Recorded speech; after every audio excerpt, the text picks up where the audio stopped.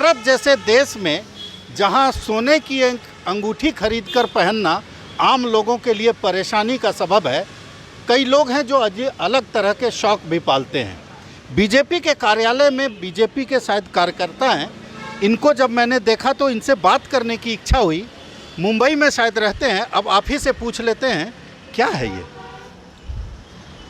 ये चैन है। मतलब कुछ अलग सा है कारण? नहीं, कारण नहीं, ऐसे शौक, शुरू से शौक है। सोना पहनने में आनंद आता है।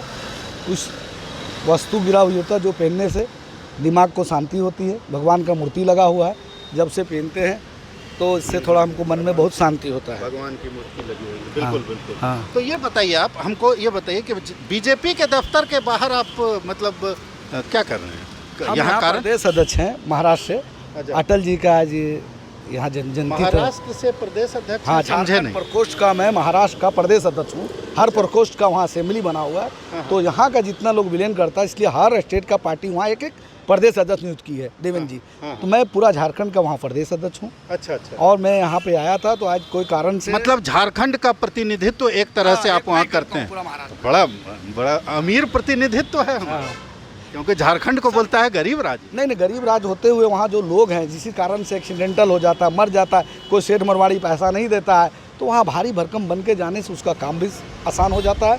कुछ चंदा उंदा करके उसका बॉडी हम लोग हर दिन भेज देते हैं, किसी के इंडस्ट्रियल डेथ हो जाए, इस काम में मदद मिलता है। आप कहीं भी गरीब बन के जाइए, कहीं कोई पूछ वाला नहीं होता है। अमीर बन के जाइए, आपको खाने के बाद भी खाना खिलाने वाले हजारों लोग तैयार हैं। अच्छा, रहने वाले कहाँ के? बरही से हैं। बरही मतलब झारखंडी हैं? हाँ। अच्छा अच्छा।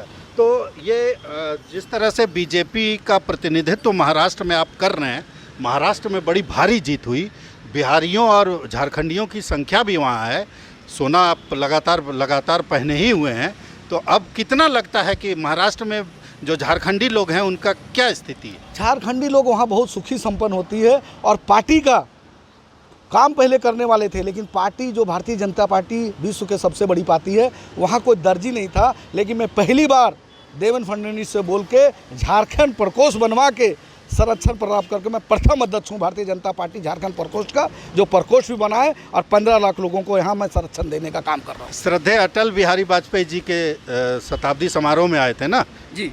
मैं यहाँ रांची से थे कहीं पे। अच्छा, तो एक बात बताइए, वाजपेयी जी सादा जीवन उच्च विचार वाले व्यक्ति, आपका ये देखिए भाई, ये तो दिखाई तो जरा सा। अच्छा, नाम लिखा हुआ आपका लगता है? नहीं, मनोज जी। नहीं, तो सादा जीवन उच्च विचार वाले व्यक्ति के शताब्दी समारोह में आए हैं, और ये तामझाम जीवन का एक हिस्सा है।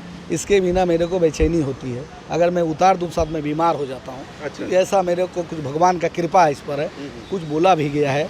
इसके लिए अब देखिएगा, साउथ के लोगों को, मुंबई के लोगों को लगभग सब सोना पहनते हैं। उसमें कुछ एनर्जी पॉजिटिव मिलती है, जिससे आगे काम करने की प्रेरणा होता है।